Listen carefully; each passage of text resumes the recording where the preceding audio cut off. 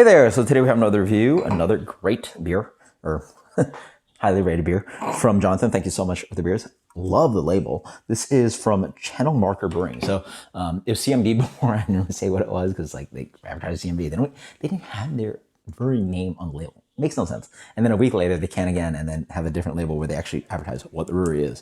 CMB right there, right? Channel Marker Brewing. They actually say Channel Marker over here out of Beverly, Massachusetts. Bunch of bros that were home brewers. I looked up a website just to check it out. So cool stuff. Dropline is a double IPA. Citron, Mosaic, Galaxy, I want to say. And let's see how they turn out. Super hyped. I mean, they're mostly producing New England IPA. So when you do that, your average rating of a brewery is going to be 4.1, something. I think something around that. So very, very well rated brewery. New England IPA, right? Fidens does a great job at that. So very attractive beer, light gold, full on haze, nice looking beer, off white head. Do I have that warmed up?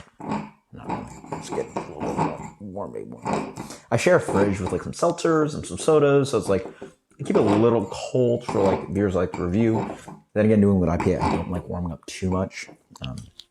So I smell the pellets. Definitely very hoppy. Jesus, Darwin, correct yourself. I mean, very hoppy. It's mangoes. It's citrus. It's like mangoes and ripe oranges.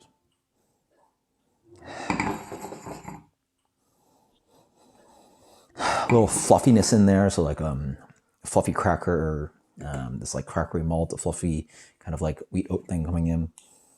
Cheers. Oh, that's very good. Yeah. This is a very good example of New England IPA.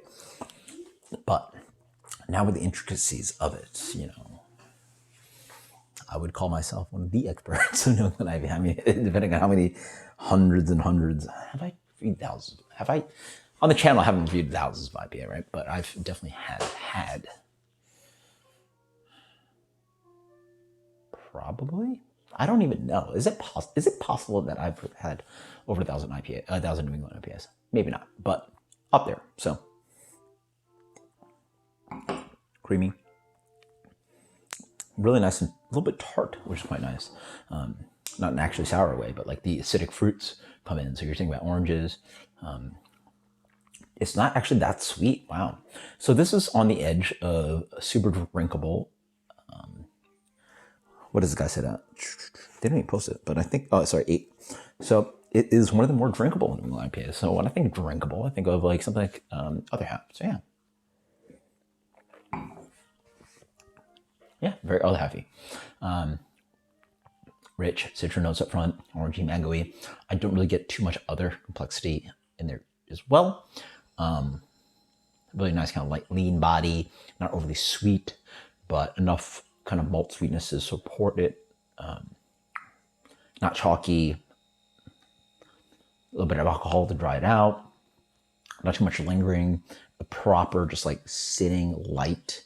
I'd say like medium minus to light bitterness sitting on this guy. As it warms up, opens up a little more. You get more of the Galaxy. So it's like a little bit cantaloupe coming in.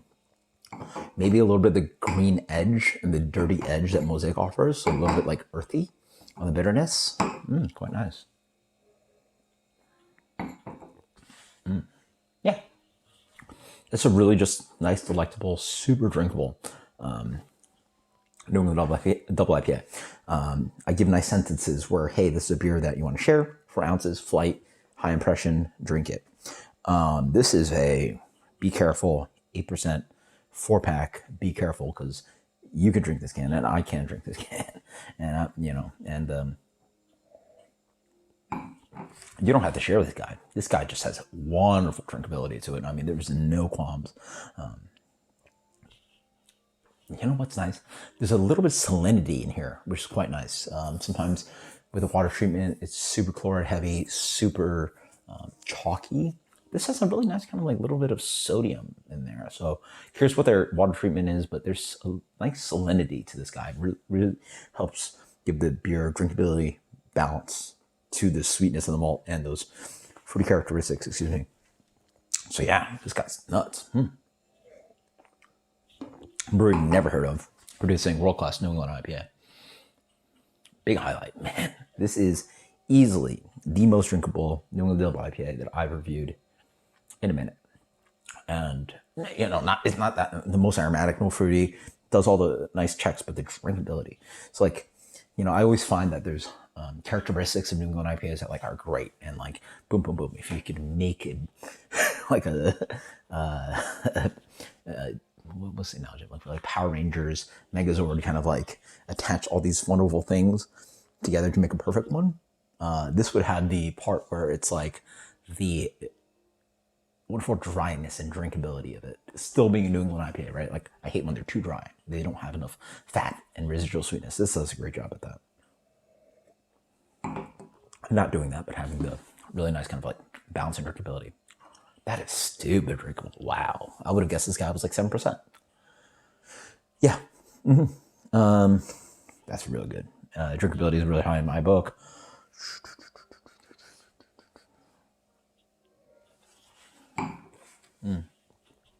Not even that creamy. It's got a nice creaminess to it. It's really nice, but it's not hot butcher thick. It's not super intense, but it just has quite enough to be great. And then hop notes are great. And then the world class side is the dryness and the drinkability. And again, I'm not saying dryness like West Coast, right? It's proper. We're in the world of New England IPA. Wow. 98. That is so good. Dropline, world class, from Channel Marker Brewing. Killing it. This is actually not one of their standard beers, I think. I looked up a bunch of the highly rated or most popular beers they have. This is not one of those. Make more of this, guys. Bump up the juiciness maybe a little bit more, something with triggering more of those really tropical tasting notes. But Killer Stuff 98. Whatever you're doing with water treatment and the kind of ability to not have chalkiness and astringency, spot on. Until next time, guys. Cheers. Thank you so much, Jonathan. Later.